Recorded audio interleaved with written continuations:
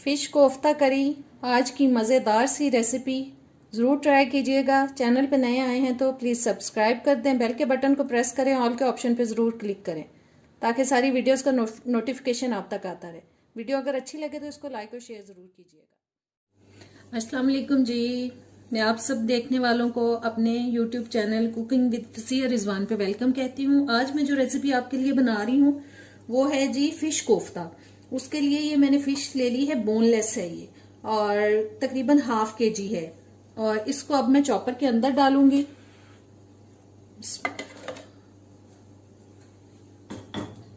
इसमें मैं डाल रही हूं साथ 1 टीस्पून नमक, 1½ टीस्पून लाल मिर्च का पाउडर, 1 टीस्पून अदरक लहसुन का पेस्ट, ½ टीस्पून गरम मसाला पाउडर, ½ टीस्पून जीरा पाउडर। ये 4-5 अदद मैंने सब्ज मिर्चें ले ली हैं, उनको मैंने काट लिया है। छोटे साइज की एक प्याज और 1 टेबलस्पून तक मैंने कॉर्नफ्लावर ले लिया। इसको इसमें शामिल करेंगे।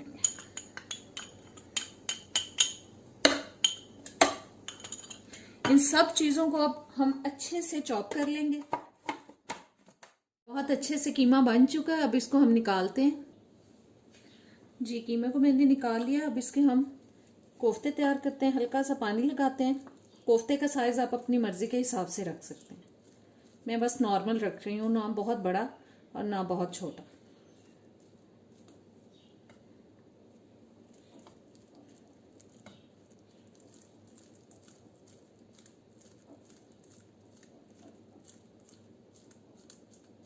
बस इसी तरीके से हम सारे कोफ्ते तैयार कर लेते हैं।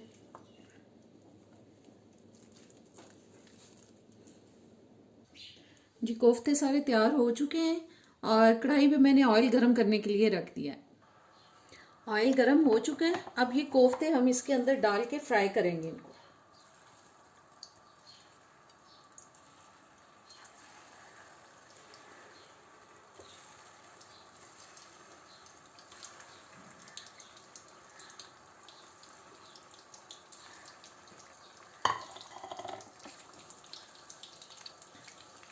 ये सारे कोफ्ते मैंने डाल दिए, बस इनको हमें थोड़ा सा फ्राई करना है।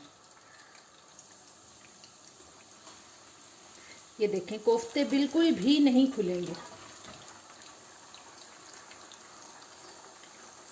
कॉर्नफ्लावर डालने से बहुत अच्छी तरह से जुड़ जाते हैं कोफ्ते।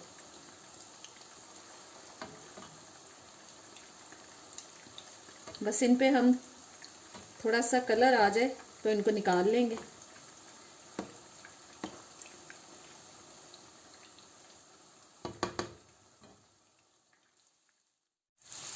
ये कोफ्ते बहुत अच्छे से फ्राई हो चुके हैं। अब इनको मैं प्लेट में निकाल लेती हूँ।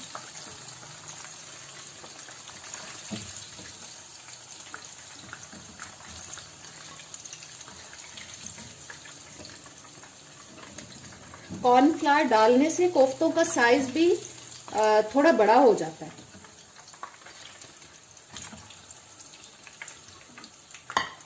अब इस ऑयल में से जो एक्स्ट्रा ऑयल है वो मैं निकाल दूंगी और जितना मुझे करी के लिए चाहिए वो मैं इसमें रहने दूंगी, तकरीबन ½ कप तक। जी, ½ कप मैंने ऑयल रहने दिया कढ़ाई के अंदर। और अब मैंने ये मैं डाल रही हूँ पिसा हुआ प्याज। एक लार्ज साइज का प्याज लेके मैंने हल्का सा पानी डाल के उसको प्यूरी फॉर्म में कर लिया, तो बारीक पीस लिया।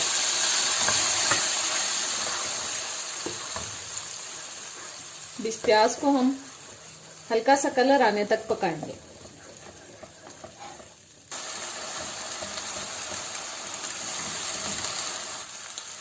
प्याज में हल्का सा पिंक सा कलर आ चुका है। अब इसमें मैं 1 टेबलस्पून अदरक लहसुन का पेस्ट डाल रही हूँ।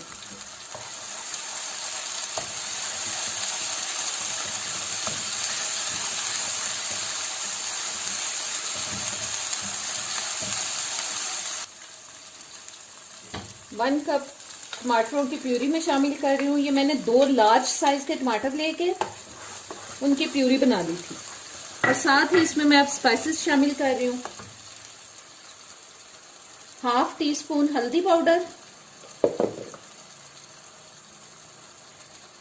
1.5 टीस्पून जो है वो लाल मिर्च का पाउडर, 1 टीस्पून नमक, आप अपने टेस्ट के हिसाब से शामिल कर सकते हैं, 1.5 टीस्पून सूखा धनिया पाउडर मैंने शामिल किया है, और 1/2 टीस्पून जो है वो मैं इसमें डाल रही हूँ जीरा पाउडर।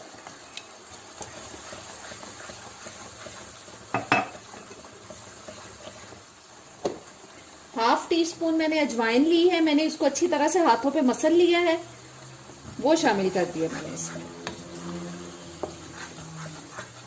और अब इसमें मैं थोड़ा सा पानी शामिल करूंगी ताकि जो मसाला है वो अच्छी तरह से पक जाए। 1 कप तक मैंने इसमें पानी शामिल कर दिया है और अब इसको मैं ऊपर से ढक रही हूँ।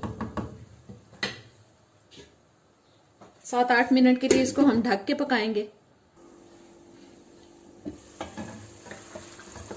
एक आध बार इसको बीच में चेक कर लेंगे।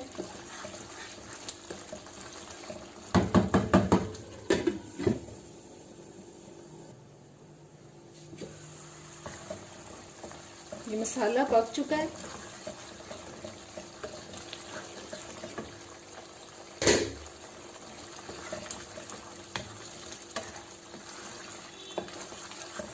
अब इसमें मैं शामिल कर रही हूँ ये कोफ्ते।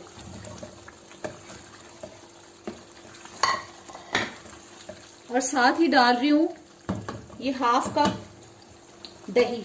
आंच मैंने बंद कर दी है।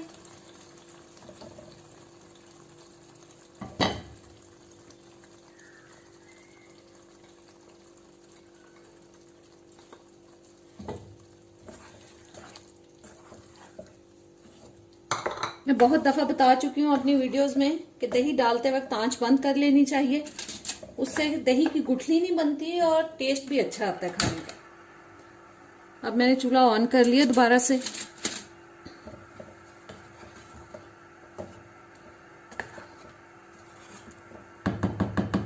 बस अब इसको हम दही के अंदर पकाएंगे। दही डालने के बाद मैंने इसको ऊपर से ढका नहीं है, मैं ढक्कन दिए बगैर ही इसको पका रही हूँ। मसाला और कोफ्ते भुन चुके हैं। अब इसमें मैं शामिल कर रही हूँ 1 गिलास तक पानी।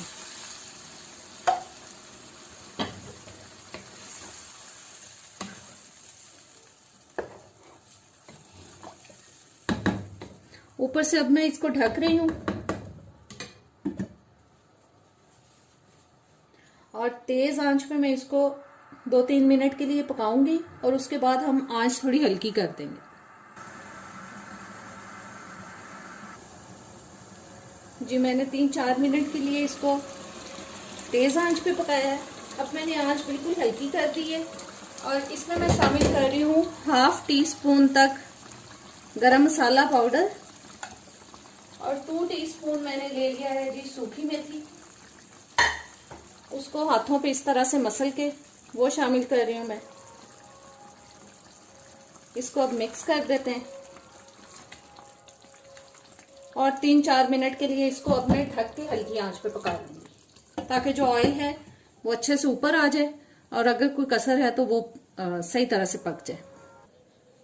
जी फिश कोफ्ता करी हमारी तैयार हो चुकी है, फिश का सालन। और अब मैं ढक्कन उतार के इसके अंदर डाल रही हूँ जी सब्ज धनिया। बहुत ही मजे की रेसिपी है, इसको जरूर ट्राई कीजिएगा। उम्मीद करती हूँ आज की रेसिपी आपको अच्छी लगी होगी। अच्छी लगी हो तो इसको लाइक और शेयर जरूर कर दीजिएगा। अब इजाजत दें।